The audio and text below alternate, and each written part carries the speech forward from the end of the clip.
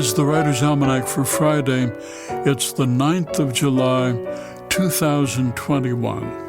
It was on this day in 1762 that Catherine the Great assumed power in Russia. She accomplished that feat with the help of her lover by rallying the army regiments of St. Petersburg against her husband, who was the ruler at the time. He was also her second cousin, Peter III.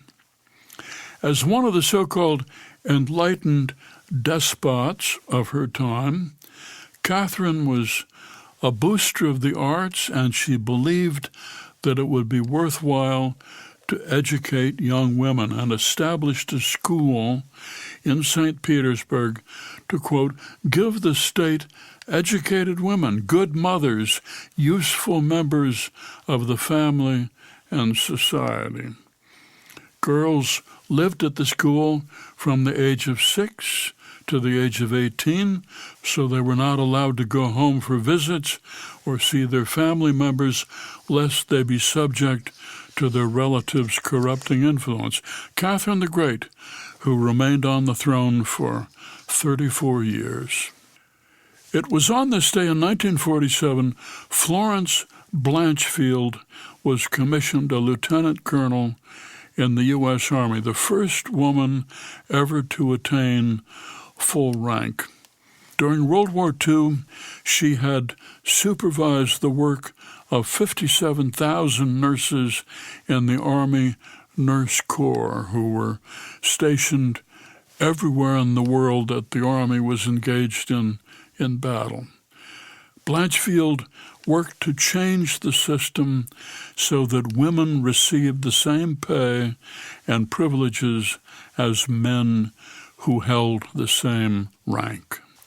It's the birthday of Oliver Sacks, London, 1933. Neurologist, devoted his career studying people with unusual neurological disorders. His first book, Migraine, came out in 1970.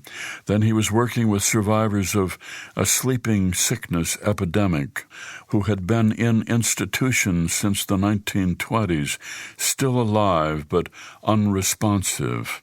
He decided to treat them with the drug levodopa, and many of them woke up and were cognizant for the first time in 40 years. But it was stressful for them, and most of them went back to sleep. He wrote a book about it, Awakenings.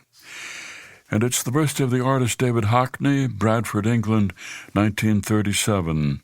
Settled in Los Angeles and painted his series of swimming pools.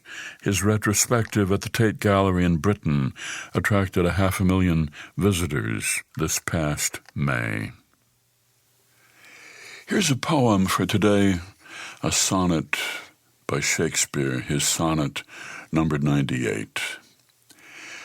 From you have I been absent in the spring, when proud-pied April, dressed in all his trim, hath put a spirit of youth in everything.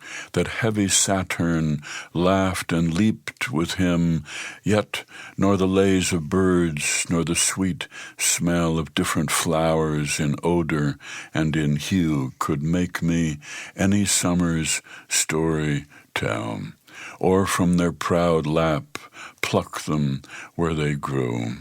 Nor did I wonder at the lilies white, nor praise the deep vermilion in the rose. They were but sweet, but figures of delight, drawn after you, you pattern of all those. Yet seemed it winter still, and you away, as with your shadow I with these did play. Shakespeare's Sonnet 98, From You Have I Been Absent in the Spring.